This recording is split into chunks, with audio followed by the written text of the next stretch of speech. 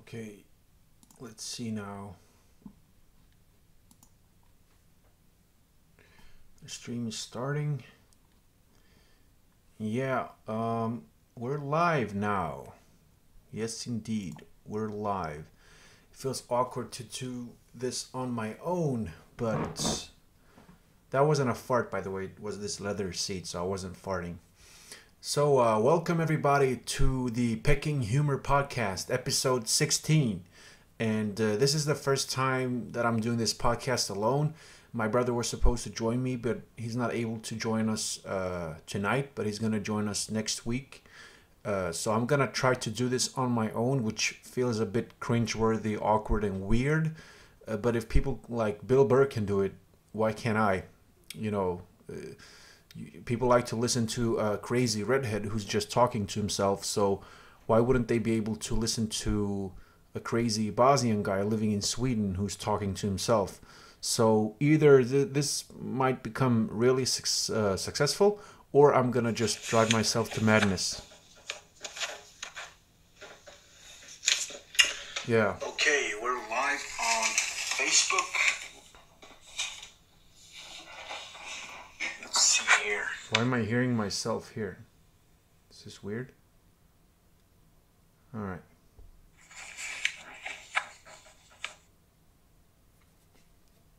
All right, never mind.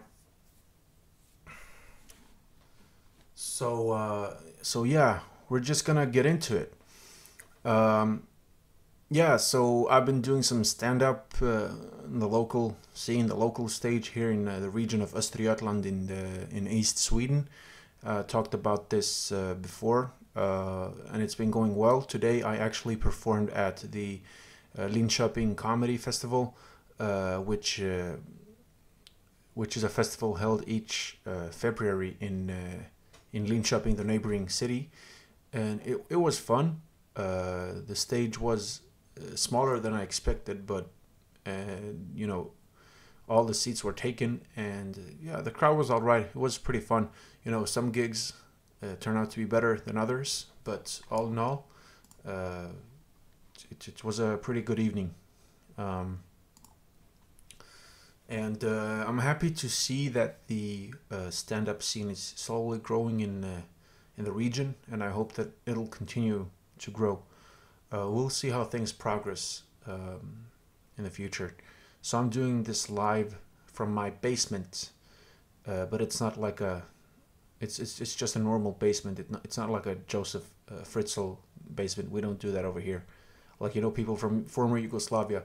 We like smuggle drugs and weapons and do assassinations, but we don't do that Fritzl type of stuff. That shit is reserved for Austrians, exclusively to Austrians. And I know I offended an entire country right now, but I mean, we're not the ones who breed people like Fritzl, so that one's on you, man. So. Yeah, I'm planning to go to Big Ben in a few weeks to perform over there. I've been there twice. One gig went all right, and the other gig went, well, it wasn't bad. It was kind of mediocre, I guess. And I think that I need to go there frequently so that people will recognize me because things work differently in Stockholm. And I also have to go there to kind of know how to work the crowd there, because I've noticed that crowds behave and think differently in different cities. There's even a difference between the crowd in Norrköping and Linköping, being that Norrköping is a former industrial town which still has this very working class feel about it. I get the impression that people here are way more relaxed than in Linköping, where a lot of people who live in Linköping aren't actually from the city, and they've moved there because they've studied or got a job there. And I don't know, those people. From my experience, these people can't relax. They have to, you know, snort some cocaine before they can, you know, start laughing and relaxing. It's seriously frustrating. But you know, hopefully, I'll learn how to work those crowds as well. I guess I'll have to become rich and move in those circles to kind of know what type of jokes they find funny. Maybe they'll find it funny if you joke about, I don't know, like poor people or the Polish plumbers who fix their houses. I don't know.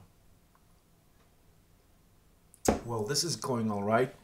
So, for those people who are not familiar with the podcast, well, what I basically do is that I go through news. It's a mixture of like international news and local news. I always try to bring in some local news from my city or my region, and it's kind of hard to find like interesting stuff to talk about that's happening in my city or my region, because barely anything happens here, which forces you to be pretty creative if you can't find something interesting. Then you have to take like some boring news story and make it into something funny, which can be intellectually stimulating for an aspiring comedian. So, moving on to the first news, it's in soccer and it's in the Champions League. And I'm gonna call it soccer because I've learned to speak English with an American accent, so it feels weird to call it football. And for all you butthurt football fans out there, you should know that the word soccer comes from England originally, and since internet didn't exist back then, back like 100 years ago, and since we didn't have globalization at this rate that as we can see now, some words didn't spread out and establish themselves as quickly as they do today. So you need to go back to the library if you've ever been there and brush up on your history knowledge and stop acting like a smartass towards Americans who call it soccer. But some people, they almost get like religious when they defend the name for like the title for what you call football or soccer. It's like they can't accept that people can call it something else, which is pretty absurd to me. I think you're wasting your time if you're getting pissed off about that Americans call this sport soccer. You know what they're talking about, so I don't know why you're making a big fuss about it. Yeah, so anyway, moving on. We're now in the knockout phases of the Champions League, and the first game that had been played between Real Madrid and Paris Saint-Germain, or I don't know how you pronounce it. I don't know why I had to say Paris, the last name of Paris, with a French pronunciation, but I didn't say like Real Madrid. I said Real Madrid. I don't know why I did that.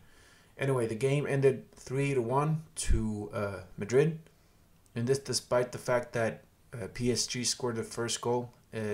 Adrien Rabiot scored in the 33rd minute. I'll show you the article here, if you can see it. Let's see here. Why isn't it showing though?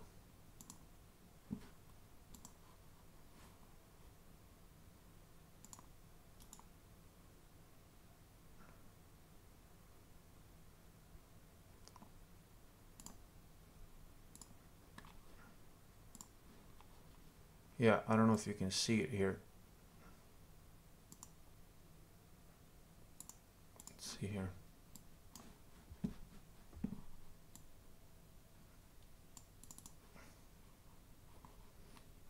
Yeah, you can't see me now, but you see here that the Real Madrid, they came back from a they came from behind to take a 2-goal lead to Paris in a helter-skelter match that was strangely low in quality. And you can see Cristiano Ronaldo here, looking like the pop singer douchebag that he is. He's celebrating his second goal, and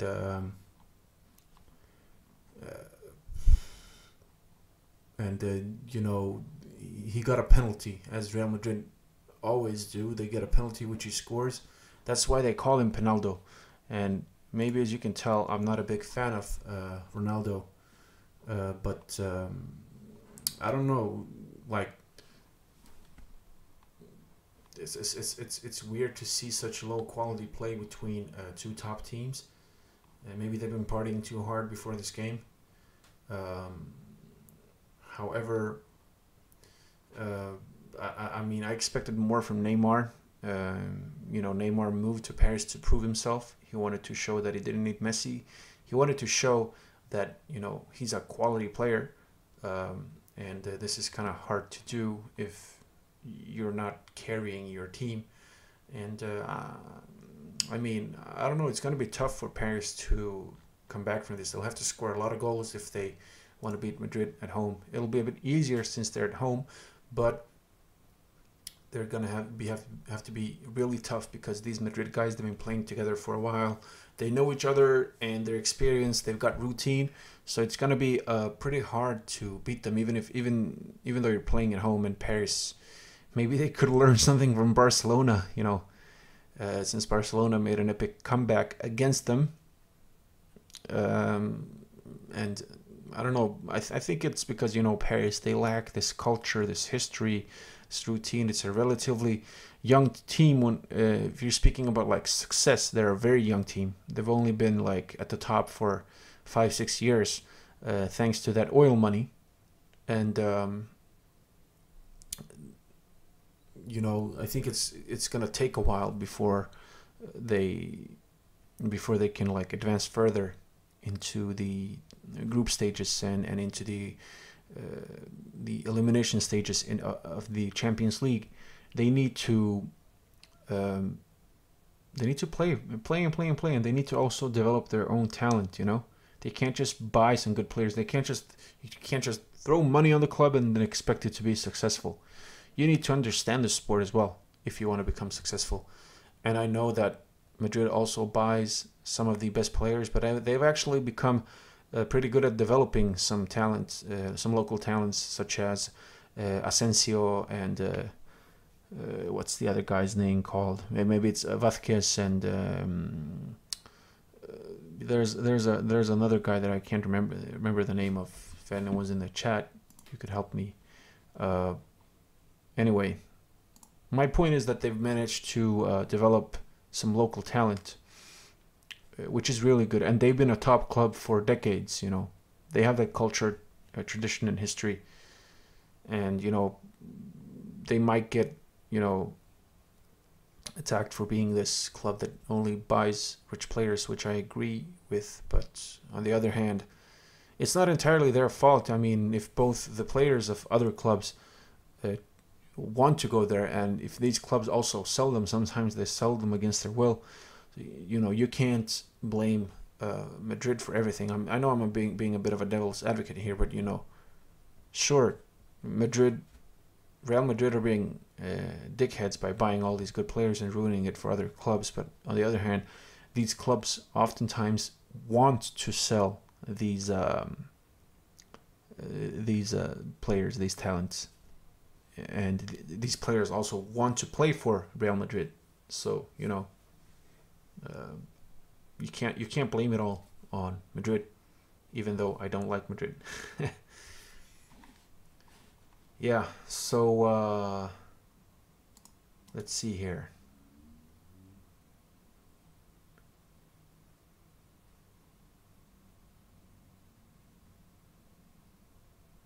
Let's see here if we can move the if we open the window.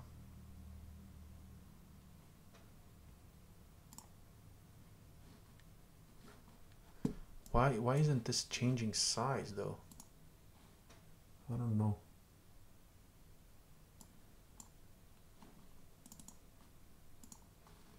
Yeah, this is not working. Yeah, well, anyway, I'll figure it out later. So yeah, anyway, we're moving on to... Wait, now we're seeing a screen? What the hell?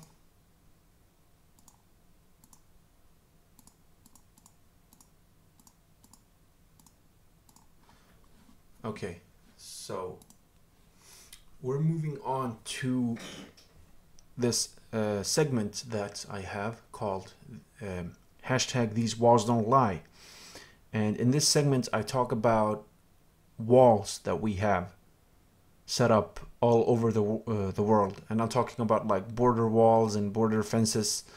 And I grade these walls, you know, I grade the gradings on a scale from 1 to 10, and my gradings based on the way these walls look, how effective they are, the geography, and security.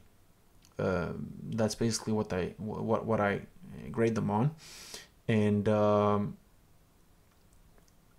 reason why I do this is because, you know, border walls have been discussed frequently since Trump ran for president and then eventually became president, and you know, no, it wasn't walls in general. It was just this one wall between America and Mexico that he's still planning to build, and it made me wonder, like, aren't there like other border walls out there that no one speaks about, like these ridiculous walls, which in my opinion are a waste of money? Walls were pretty popular in the medieval ages, you know, to keep enemies out, but nowadays it feels kind of ridiculous when you have like drones and fighter jets and all this technology if you want to get rid of the enemy.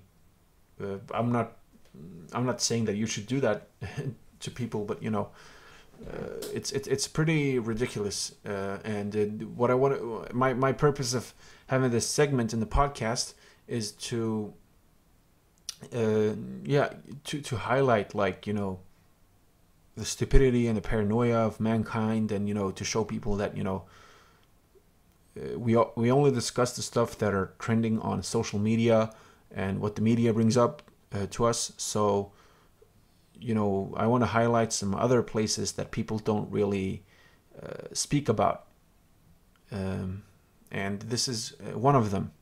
So we're gonna move on to the wall here, the wall of today. Water break. So I'm gonna read off of Wikipedia, and this place is in it belongs to Spain, but it's geographically and physically it's actually located in northern Morocco. So we've spoken about Melilla before in the podcast, and this is Melilla's cute little sister, Ceuta. The Ceuta border fence forms part of the Morocco-Spain border at Ceuta, a city on the North African coast. Constructed by Spain, its purpose is to stop illegal immigration and smuggling. Morocco objected to the construction of the barrier since it does not recognize Spanish sovereignty in Ceuta. Ceuta is an integral part of Spain and therefore of the European Union. Its border and its equivalent in Melilla are the only two land borders between the European Union and an African country. The fence consists of parallel 6-meter, 20-foot fences topped with barbed wire, with regular watch posts and a road running between them to accommodate police patrols or ambulance service in case of need. Underground cables connect spotlights, noise, and movement sensors, and video cameras to a central control booth. Dozens of guard ships and patrol boats check the coast, while 621 Guardia Civil officers and 548 police officers control the shore. Now, the Guardia Civil, for those of you who don't know, it pretty much means like the civil guard. They're like military police officers in Spain, and they often chase illegals, not just in Spain. I've seen them in Mallorca, in the island of Mallorca, where I used to live. And the history of the wall is that in 1993, an 8.4-kilometer fence was built around the exclave. As the first fence was too early to cross, the construction of a new system started in 1995. In 2005, an increase of height was made from 3 to 6 meters. That's 9 foot 10 to 19 feet 8 for all of you Yankee Doodles out there. And there's been attempted border breaches, and they've been successful. And this one is this happened in 2005. There was an attempted border breach, and it reads, on the 7th of October 2005, the border fence was assaulted by hundreds of migrants, creating international attention. Caught between the Spanish rubber bullets and Moroccan gunfire, a number of migrants died. Sources put the number of deaths between 13 and 18 people, and more than 50 were injured. Some of the dead were wounded by live ammunition of those who died on the Spanish side of the fence, apparently shot from the Moroccan positions. The 2005 events at the Ceuta and Melilla border fences are the subject of a documentary film, Víctimas de los Richeses. I actually want to watch that documentary. I didn't know that there was a documentary film about this, but this topic is being discussed every day in Spain. So you know, it's not strange that they made a documentary about it. But this looks interesting, and it says in the article here on Wikipedia, it says. Since then, migrants have occasionally died while trying to break through the fence. 2016 breach. The fence was breached by an organized group of 400 illegal entrants in December 2016. And then 2017, last year, a year ago, on the 17th of February 2017, an estimated 600 would-be illegal immigrants, some of whom were armed with clubs and shears, broke through the security gates. 300 of them are reported to have entered Ceuta, where police are attempting to locate them. I don't know if they're still hiding. It's been a year since then, but you know, it's not a big city. I think they have like let me check here. They have 82,000 inhabitants, and it's a very small exclave on the North African coast. Yeah, so I don't know how that's going, but I'm gonna show you guys here. For those of you who are watching the video, I'll show you where this place is located. I don't know why the heck this is showing up.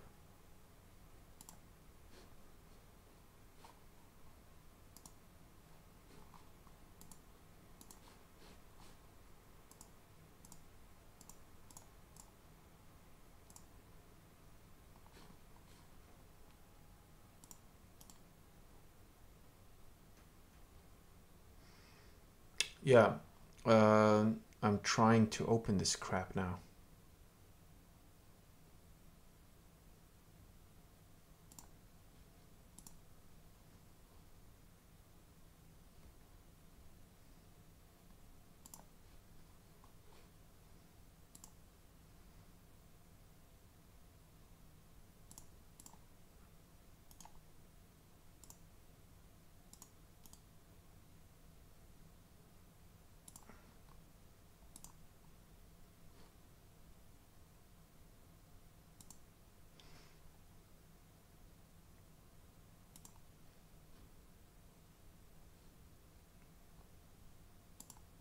Okay, yeah, now you can see it. Sorry for the few seconds of silence.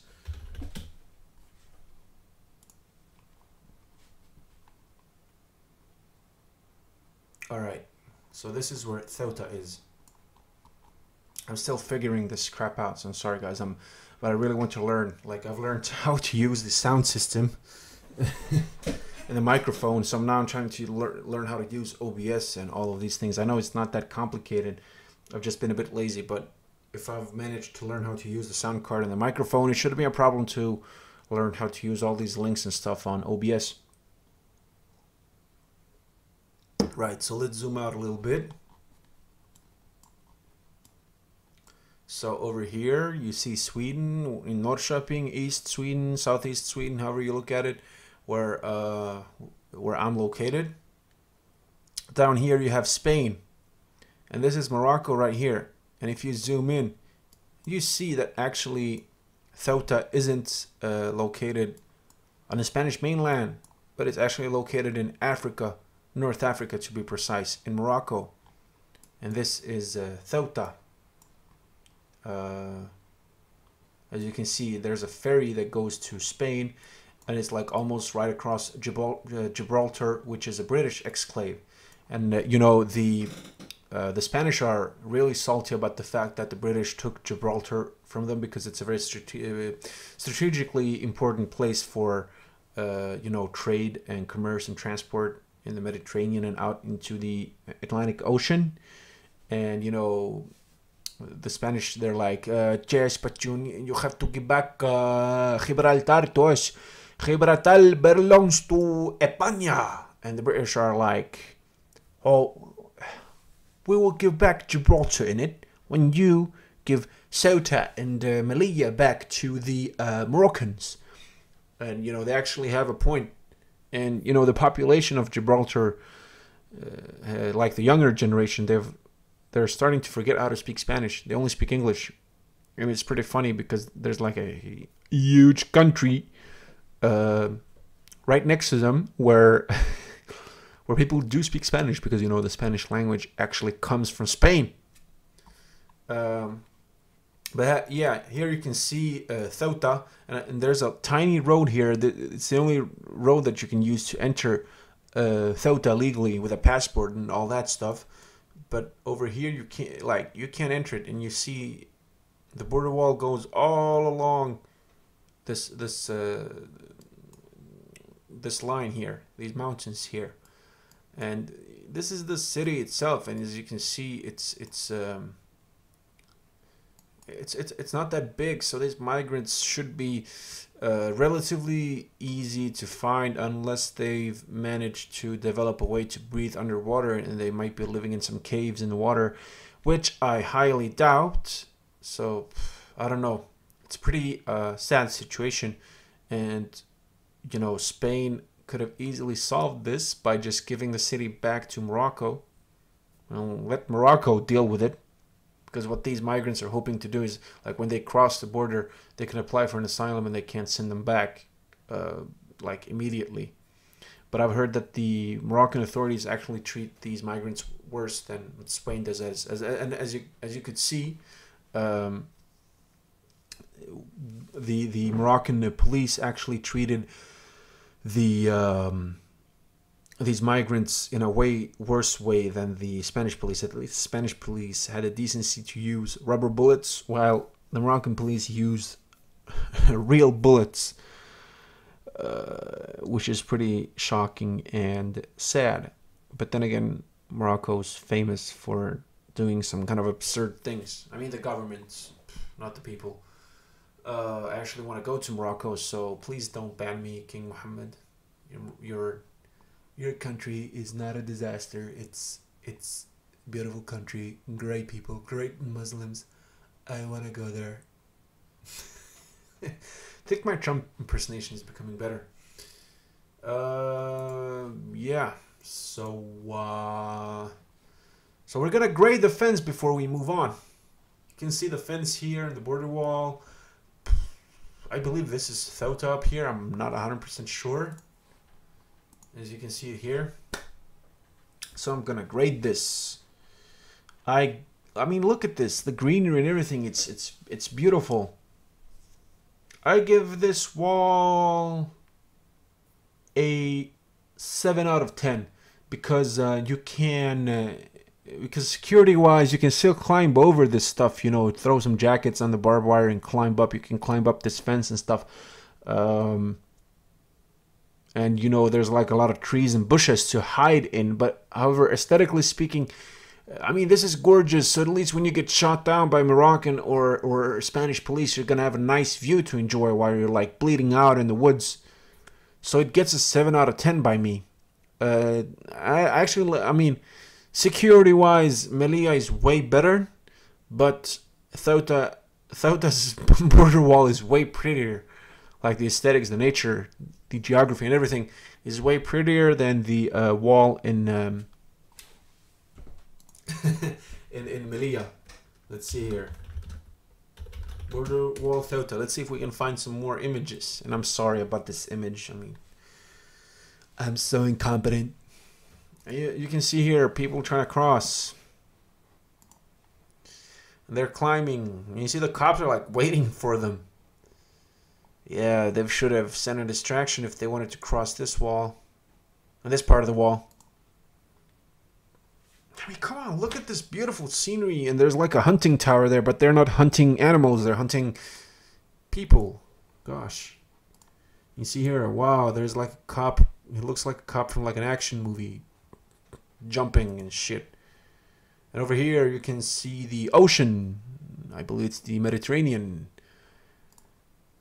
Yeah, man, beauty-wise, aesthetically speaking, this place definitely beats Melilla. So, yeah, we're gonna move on to some other news. Okay, but I'm just I'm just gonna try to go live here. Oh, well, I'm not gonna go live on Facebook this time. Okay, there we go. And now it's playing again. This is really weird. Let's see now.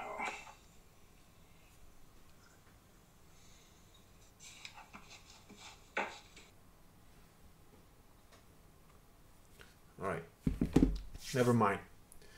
So let's see how long we've been going. I mean, I'm not used to talking to myself.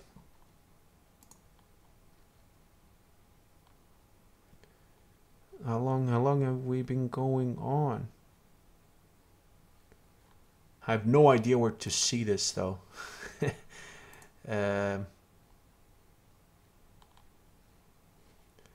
Maybe I can see it here. Oh, I've been going on for half an hour. Well, that's pretty impressive, you know, talking to myself for half an hour. Could we cover another half hour? And has anyone written in the chat, or are they just silently watching me? Yeah. I'm considering switching to Twitch. Yeah. Anyway. This article is about marijuana. As you all know, marijuana has been gradually more and more, it has become gradually more and more accepted in society. Specifically speaking about American society. Why the hell? Come on, dude. Why won't you show?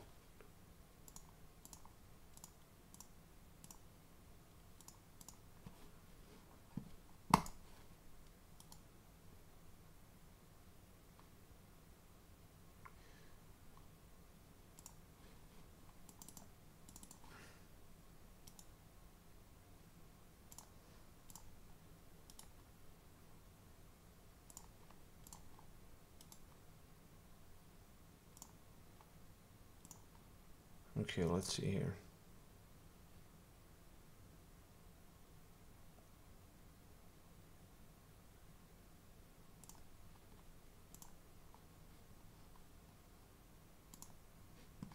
All right. Gotta get a glass of water.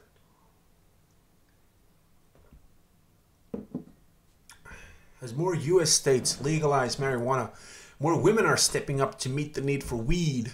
Oh, wow. Was that intentional? Meet the entrepreneurs cutting through the stigma. You can see this rich white lady. She's becoming rich off of weed. Amazing, huh? And I believe her name is Cheryl Schumann, 57, Beverly Hills, Cannabis Club, Los Angeles, California. I first tried cannabis in 1996 after I was sexually assaulted. Doctors had put me on anti-anxietals and antidepressants and they turned me into a zombie. I got to the point where I didn't want to get out of bed. Eventually, my therapist said to me, Cheryl, with all due respect, you just have to smoke a joint. Wow, what a doctor. Only in LA, right? Until then, I'd been a good girl. I've still never had a beer, never had a cigarette. So yeah, she started smoking weed and she told her kids about it. And she calls herself a pot evangelist. Today, I'm a pot evangelist. I've spoken all over the world. Australia, New Zealand, Canada, and Mexico. Last year, I was only home in Beverly Hills for 16 days, and those were for events. See how far weed can take you if you're, like, ambitious. Which weed tends to not make you... It doesn't make you ambitious. My business now is basically being a matchmaker, pairing investors with exciting opportunities ranging from biotech companies to branding to music festival. To a music festival, it's like being a real estate broker. I make things happen. What do you need? Quote unquote. Yeah. So she's like a weed entrepreneur. And she doesn't want to call it weed. She wants to call it medical cannabis. Sounds nicer than weed or marijuana, to be honest. And over here we have an Asian lady, Christy Lee Kelly, 40, Marijuana Industry Group, Denver, Colorado. And she looks serious. Like, you know, usually weed smokers, they smile and they're like really relaxed, and they like to just chill out and laugh and watch SpongeBob while they're being high. Not this lady. She's serious about her business. And this lady had a career in advertising and marketing, and she left in 2009 to join Colorado's cannabis industry. And she wanted to make a difference in people's lives. And yeah, she's basically like selling weed legally in Colorado, which is one of the most liberal states when it comes to weed. And then we have Bonnie Goldstein, 53, Canna Centers and Weed Maps. I'm guessing that's like an app for where you can find weed, good weed, I guess. I mean, there's apps for everything these days. My background is in pediatric emergency medicine. It's high stress work. I was working a night shift at a major Los Angeles hospital and being a mother during the day. Eventually, I got burned out and took some time off. About 10 years ago, a friend asked me about medical marijuana. I wasn't for or against it. It just wasn't on my radar. But as I looked into it, it became clear to me that it was a valid science. I watched my friend get a medical marijuana card. She was struggling with the side effects of chemotherapy. She'd take the nausea medicine and throw it back up. But she got a vaporizer and it helped. I don't feel high, I feel better, she said. The cannabis let her participate in her life. She could sit at dinner and talk to her children. Then you have Julie Berliner, 31, Sweetgrass Kitchen, Denver, Colorado. And she looks like a real soccer mom, doesn't she? And she's got a cute dog. I don't know if the dog smokes weed to deal with his chronic back pain, because, you know, it looks like a pretty big dog, and big dogs have problems with their back. So maybe dogs need to smoke some pot too, and then you won't have to pay these really expensive veterinary bills. I don't know. And this lady, Julie, graduated in 2009 with a degree in education, and it was tough to look for a job, and so she turned to weed. And it said here, a friend who had a dispensary tried some chocolate chip cookies I made and asked if I'd be willing to turn them into cannabis cookies for him to sell. When I said okay, he handed me 5 pounds of weed and said, "Here you go." So she's like a nice soccer mom lady who makes weed cookies. It sounds so friendly and so gangsta at the same time. It's so hippie-ish. Yeah. So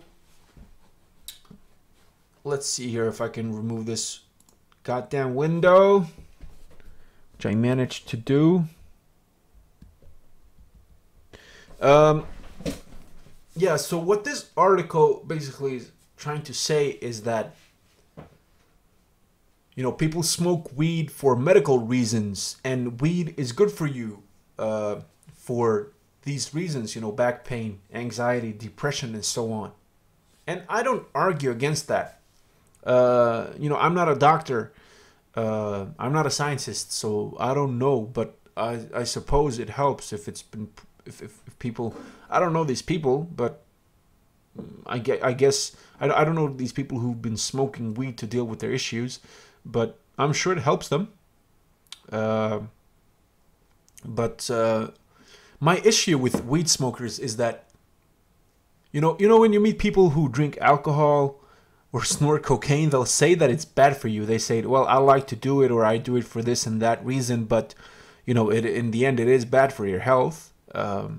With weed smokers, they'll go like, you know, well, you know, bro, no one's died off of weed, and no one gets aggressive when they smoke weed, and it's good for your health. And basically, I think that it's a very sophisticated pothead wrote this article.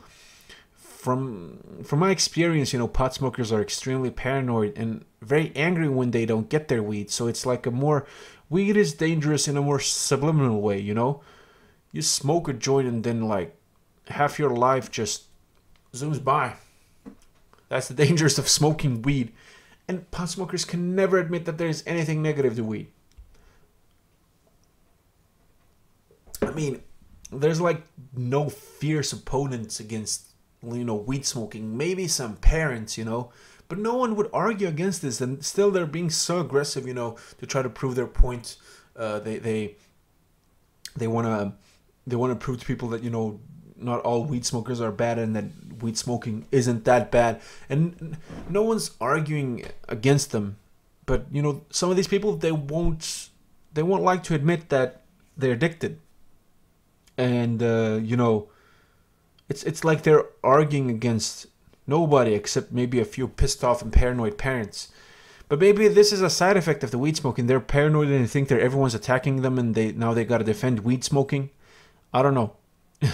You be the judge. I just think it's pretty ridiculous that they have to go this far to show that weed is good, man. Weed is really good, brah. It's ridiculous to me. But kudos to them that they found a way to make money, and you know, run their own business, and hopefully they've helped some people. I hope so.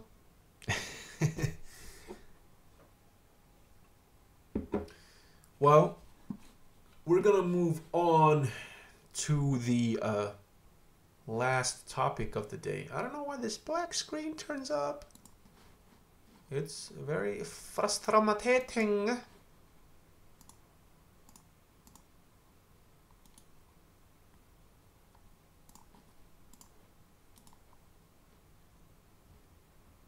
All right.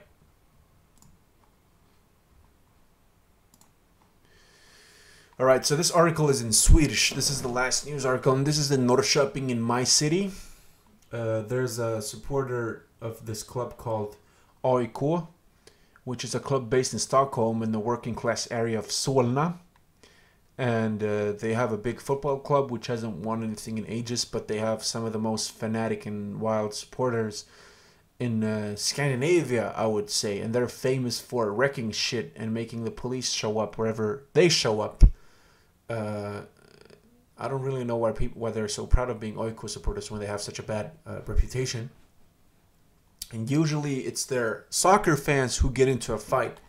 But this guy got into a fight with a Vita Hästen supporter. This is in ice hockey, by the way. So AIK, they actually have a basketball team and they have an ice hockey team, which I think is pretty impressive. And I think that our soccer clubs should use this to, you know, move their fan base from soccer to these other sports, because these other clubs, like in basketball in Sweden, they need to copy the culture that's dominant in Europe, you know, like that FC Barcelona has done, and Olympiacos and Fenerbahce and so on.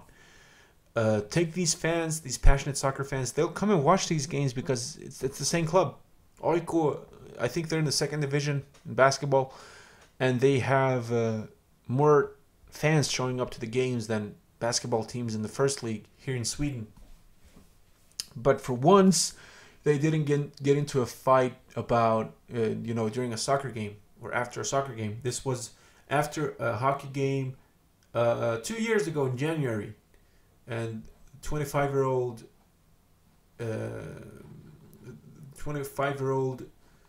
was fighting at the parking lot. And no one knows why they started fighting. The 25-year-old just like collapsed mentally. He climbed over a fence so he could punch this Hästen fan in the face. So this guy got a fracture in his nose and he was knocked unconscious. And this AIK supporter, he's going to jail. Well, isn't this ironic for, you know, physical abuse and for drug abuse? And he was high on cannabis while doing it. So maybe weed does make you aggressive. If we're gonna base it off of this article, pretty ironic that I had I didn't read this article prior to bringing this up. So apparently this AIK guy was high on weed. So maybe you don't just get aggressive after, like when you're feeling abstinence from weed. Maybe you get aggressive when you're high too. I don't know. It seems like it. This fan had also been like lighting fireworks and shit in Gothenburg, in Gamla Ullevi, but Gamla Ullevi is a soccer stadium, so he seems to be wrecking shit in all sports. He's like the MVP of the hooligans among AIK. And he's not going to. I don't know if. Yeah, this before he had the sentence where they were gonna like watch him and he had to do some like social service for someone he had beaten up a year prior to this confrontation. But the sentence for this is surveillance and 60 hours of social work. And he has to pay 13,000 krona, which is about 1,300 euros, in compensation to this Heston supporter. So, yeah, man, I hadn't heard about this. You know, I don't really follow the local news, which I try to do. Now, you know, since I'm running this podcast, I'm trying to stay updated. And I don't know. It's sad that people have to get this fanatical about sports. I mean, I do enjoy watching sports, but I wouldn't fight over it. And obviously, a lot of these people who fight, they're usually like drunk or high off of some drug. So, yeah, it's pretty sad. And you know, it doesn't really improve AIK's reputation. I'm pretty proud of my city. We don't have, in general, we don't have that violent fans. There's actually some clips on YouTube, you know, from like the 90s and the 2000s of like AIK supporters coming to other cities and being like, yeah, behaving like dicks pretty much. And it's ridiculous. I mean, I don't know why you would go so far and you know, for something like this. I think that ISIS supporters and these sports hooligans, they would get along pretty well, since, you know, they both go pretty far to achieve pretty much nothing, just to wreak havoc. And I think they come from similar backgrounds pretty often, actually, these people. Although sports hooligans don't go to foreign countries to, you know, fight people they hate. Or, well, you do have like some sports hooligans who are like neo-Nazis, and now they're like in Ukraine fighting on the Russian side. So, you know, you do have those people there, but they're not being highlighted enough, I think. It's not as interesting to write about criminals from Scandinavia or Western Europe, or like white criminals from America. Wow, I've been doing pretty well talking to myself for almost an hour. Let's see here. No one has written in the chat. Yeah. Well, 3 people are watching me. If you're watching via YouTube, say hi in the chat, because I was about to wrap this up, but I was reflecting about this confrontation, this sports-related confrontation. Imagine if you would put like these soccer and hockey hooligans against ISIS. Who would win, do you think? I don't know who's dumber. I think it comes down to intelligence. And I've actually read reports that a lot of these ISIS fighters have been high on drugs because they really didn't believe in what they were doing, so they needed to take drugs in order to do some of these things. So I wouldn't say that they actually do have balls, because having balls would require you to you know, do it sober. If you're sober in doing it, then you might have some balls. But if you're drunk, high doing it, I don't think that you have much balls. And I'm actually reading a book called Svensk Mafia, which translates to Swedish Mafia. And it's about criminal gangs in Sweden, because it's a relatively new phenomenon in Sweden. And it started out in the 80s with biker gangs. And you know, the biker gangs, they started in the 50s and 60s with Hells Angels in California, and then Bandidos in Texas. And they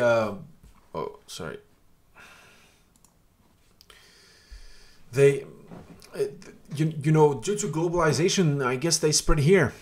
And the Hells Angels was founded by Thomas Möller, a Swedish criminal down in Malmo. And I think that it spread there quicker because Malmo is closer to the continent. So everything new goes through Malmo and then spreads upwards through the country. It came actually from Denmark. So Möller and his buddies, they got to know some Hells Angels folks in Copenhagen, in Denmark, which is only 20 minutes away by train or car. But back then, I guess you had to take the ferry, which would take like a half an hour, 40 minutes. And they became like supporters to the Hells Angels Club in Copenhagen. And eventually, after these trials or tryouts, they became a proper Hells Angels Club. And Hells Angels, they're a worldwide criminal organization, but they like to market themselves as, you know, just some cool guys drinking beer, wearing leather vests, driving motorcycles. Like it's just a hobby club, but you know, it's been established that they engage in crime related to mostly drugs and weapon smuggling. And this club spread throughout Sweden and the rest of Scandinavia. And it's pretty funny, you know, how they use like these, they tattoo themselves and they have tattoos in English, you know, even though they're Swedish. And they basically, we just copy Americans and everything we do, both good and bad. And then Bandidos came up, and Bandidos in Sweden started fighting Hells Angels in the 90s. Although in the 2000s they've kind of had like a peace treaty. Then you have like these immigrant gangs who think they're gangster rappers, and you know, then it was like attempting the gangster rap lifestyle, going too far with it, and then it was too late to back out, and you know, they just got stuck in their criminal life. And you have the Yugoslav mafia, actually, which I'm strangely enough not part of. You know, Bosnia, which is the country where I was born, Bosnia and Herzegovina, used to be part of the socialist communist state of Yugoslavia. And basically the dictator, Tito, he made a deal with some Serbian criminals that, you know, okay, you can engage in your activities, just don't come back to our country. So they dispersed into Germany, America, Australia, Sweden, and they established themselves here. So you have a very big Yugoslav mafia based in Stockholm, but they have people all over the country. So, you know, basically the stereotypes about my people, if we're just gonna lump Croats, Bosniaks, and Serbs and Montenegrins into one group, it's, you know, we're either really good like soccer and basketball players, you know, Zlatan Ibrahimovic being half Bosniak, half Croat, you know, tons of Serbian, Croatian, and Bosnian basketball players, you know, so we're either great at sports or we're great at crime. So I'm trying to break that stereotype by becoming a comedian. And you know, it's kind of like a mindfuck to some people, you know, because they see me and I'm a relatively big guy, but I'm pretty friendly, and then I crack jokes, and like you can see that they're shocked that I'm funny, because I don't look funny when you just look at me. Maybe I do look funny, but not in that way. I just look pissed off all the time. Like, that's my neutral face, and that's really frustrating, you know. Like, you know, we people from the Balkans and Slavs in general, we have like big foreheads, like strong jawlines, small ears, and you know, our eyebrows always go down like this, and we have small eyes, so that's why we look pissed off all the time. Look, I'll show you my neutral face. This is my neutral face. See, it looks like a freaking mugshot. Or as if I'm supposed to murder someone. It's not a good look, man.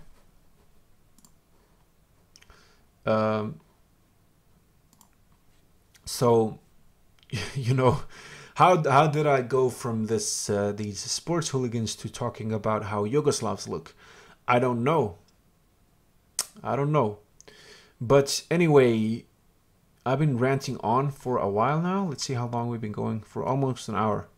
So I'm thinking about wrapping this up now. Actually, it wasn't that hard to talk by myself, although I would enjoy having a co-host. And next week, my brother Naim will join me, and he'll introduce himself more properly then. I'm happy that this podcast is still going and we're going strong. We're gaining subscribers. We're doing pretty well. I'm really trying to push this comedy stuff, and I'm thankful for all of the people who have subscribed. I want to say thank you, and for all those people who support me, who show up to the comedy clubs here in Norrköping and Linköping, I want to say thank you. And we're gonna be pushing this stuff, or I am gonna be pushing this stuff, and my brother too. I'm gonna try to establish myself in Stockholm, and it's actually pretty hard if you're not, how would I put it, like if you're not from that city, they view you as a redneck who doesn't know anything. They kind of look down upon you, but I'm not gonna give up. I'm really gonna push this stuff, and I'm gonna try to make this channel good. Gonna make this channel great again. This YouTube channel and all this comedy stuff that I'm doing. There's gonna be more skits coming up. Actually, one skit is coming up on Monday, so look out for that. So my plan now is, as I mentioned in the beginning of the podcast, to establish myself in Stockholm, go there several times a month, and hopefully then also go to Malmo and to Gothenburg and try my stuff out over there as well. I think it's going to be good. It's going to be fun. So keep a lookout on that, and please tell your friends about this podcast if you enjoyed listening to this crazy Bosnian guy talking to himself. Make sure to tell people about the podcast, and everyone who's tuned in, thanks for listening, and everyone who's listening afterwards, I want to thank you for listening too, and I hope you all have a good weekend, and I'll see you guys next week. Toodaloo toots. Bye bye.